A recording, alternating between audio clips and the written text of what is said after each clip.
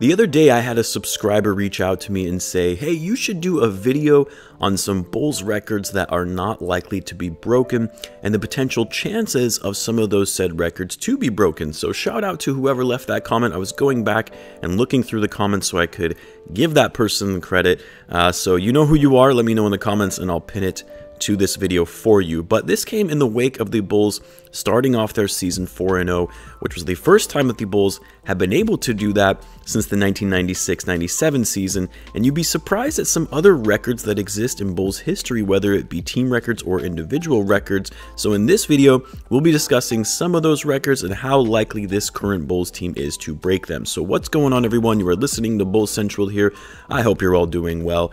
Now, it's been a while since we've had a strong Bulls roster, so it makes it fun to compare this Bulls team to the teams of the past. And because the Bulls are such a historic franchise and the dynasty that they built in the 90s, it's pretty hard to ever live up to and compare to that time period. But like you saw earlier this week, the Bulls started off 4-0 for the first time since 1996, back during the dynasty. So we're going to start with team records and then we'll go on to individual records to be broken. Now, I'm sure some of you might have already caught this, but the Bulls' best start the Bulls have ever had in franchise history before losing a game was 5-0, and that was the 1995-96 season in which the Bulls won 72 games. That's the best undefeated start in franchise history, which is pretty crazy in and of itself. I thought for sure it would have at least been something like 7-0, 8-0, but no, just 5-0. And I think we were all hoping the Bulls would have been able to tie that mark last night, but of course that streak ended when the Bulls came up short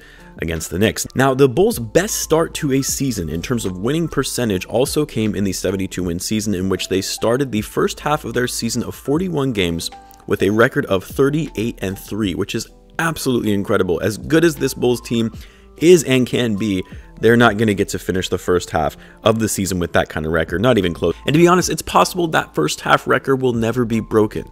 Following along in that same year, of course, the Bulls finished with a record number of wins in a season at 72 games, which that record was held for 20 years when the Warriors finally broke that in 2016, winning 73 games. But in my opinion, that record will never matter because the Warriors failed to win the title that season, whereas the Bulls did. But as for the 72-win record, look, I know it was recently broken by the Warriors, but honestly, that kind of record will never be broken again. And I say that because you have so much more parity in the NBA than ever before. The level of competition is much more balanced, and star players are always in and out of lineups in the regular season to ensure they're well rested going into the playoffs. So even if a team is on a trajectory to break that record, they likely would start slowing things down towards the end of the season to avoid risking injury when they have already locked up the #1 seed. The next Bulls record is the longest winning streak in franchise history, which sits at 18 games. Again, also coming in the 72-win season, which I was a little surprised by. Don't get me wrong, an 18-game winning streak is incredible, but I would have thought at some point in that dynasty era that they would have cracked a 20-game winning streak. Of course, the NBA record across all teams is 33 straight wins, which was done by the Lakers in the 1970-71 season. Now, do I think that this Bulls team will go on an 18-game winning streak at some point this season? No, but I do expect them to go on some type of long winning streak at some point. Nothing crazy, maybe like 8 or 9 games, which I know that doesn't sound like a lot, but it's actually very difficult to win that many games in a row in the NBA with the schedules that teams face over the course of a season. Now, the last team record, which I guess can also be viewed as an individual record, isn't even really a record per se, more than just a fun fact, but the Bulls throughout franchise history have never had more than 2 All-Star selections in a single season. Obviously, there were a good number of years where both Michael Jordan and Scottie Pippen were All-Stars. You had Scottie and Horace Grant as All-Stars in 1994 when MJ retired for the first time. Derrick Rose and Luol Deng were both All-Stars at one point, and by the time Joakim Noah became an All-Star, Rose had already torn his ACL, so it was just Deng and Joakim Noah that 2013 season. Then, of course, Jimmy Butler and Pau Gasol were All-Stars for a couple of seasons as well. But in the history of the franchise, we have never sent 3 players to the All-Star game. Now, it's possible that could happen this season.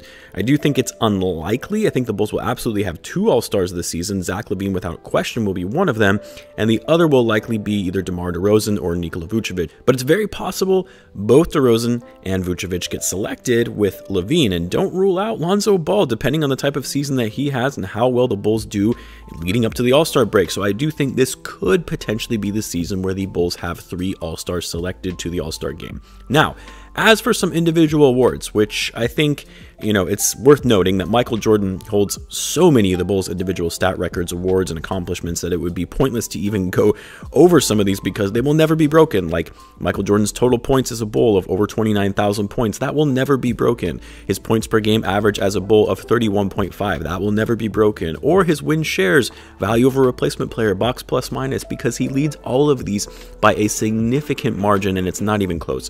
But some individual records that I could still see being broken, maybe not necessarily this season, but at some point, and one of them is the total number of three-pointers made. So I'm sure you all saw, I believe it was in the Raptors game, that Zach Lavine had officially passed Michael Jordan in terms of all-time three-pointers made in Bulls history, which put Zach 4th all-time on the list behind Scottie Pippen. Now, it's important to note that the league has evolved over the years to being more three-point heavy than it was in the 90s. So I think we can all acknowledge that. And because the league is so heavily predicated on three-point shooting, I think it's very possible for Zach Lavine to set the record for most three-pointers in franchise history, passing Kirk Hinrich, who currently holds the record at 1,049 three-pointers made. A lot of it depends on whether Lavine stays with the Bulls, meaning he signs an extension with the Bulls, which keeps him here long-term, and of course, he stays healthy and is able to keep playing. The other individual stat or record that I could see being broken, and really not being broken but set, is that, believe it or not, the Bulls have never had a player make the 50-40-90 club. Michael Jordan in all his years never reached that mark, and Zach Lavine, who nearly did it last season but was just 5 percentage points below the 90 mark for free throw shooting, is trending to be in good shape to be on track for that mark, with currently right now shooting 48% from the field, 42% from 3, and 96% from the free throw line so far in only 5 games. But Zach has already shown that he can shoot over 50% from the field and 40% from 3 easily. The question is his free throw shooting, which he's shooting well above right now. We'll see if that continues from the line and going above 90%. Now, a couple of other individual stat records that you guys might not have even thought about that have the potential to be broken this season is one is assists. Now, Guy Rodgers currently holds the record for most assists in a season, as well as assists per game for the Bulls, which was 11.2 assists per game. But I'm going to create a bit of a caveat and only include records in a post-shot clock era, since Guy Rodgers put up those numbers all the way back in 1967. And in a post-shot clock era, the guy who currently has the highest assists per game in a season for the Bulls was Ennis Watley in 1984 with 8.3 assists per game. That's it. 8.3 is the record, which is pretty crazy. But when you take a step back, you realize that the Bulls have never really had a true pass-first point guard in its history that puts up big assist numbers. So I think it's very possible that Lonzo Ball could average more than 8.3 assists per game this season and be the Bulls' leader in assists per game in a single season. Still has a lot of ground to cover, though, since he's only averaging 5 assists per game thus far in his first 5 games of the year.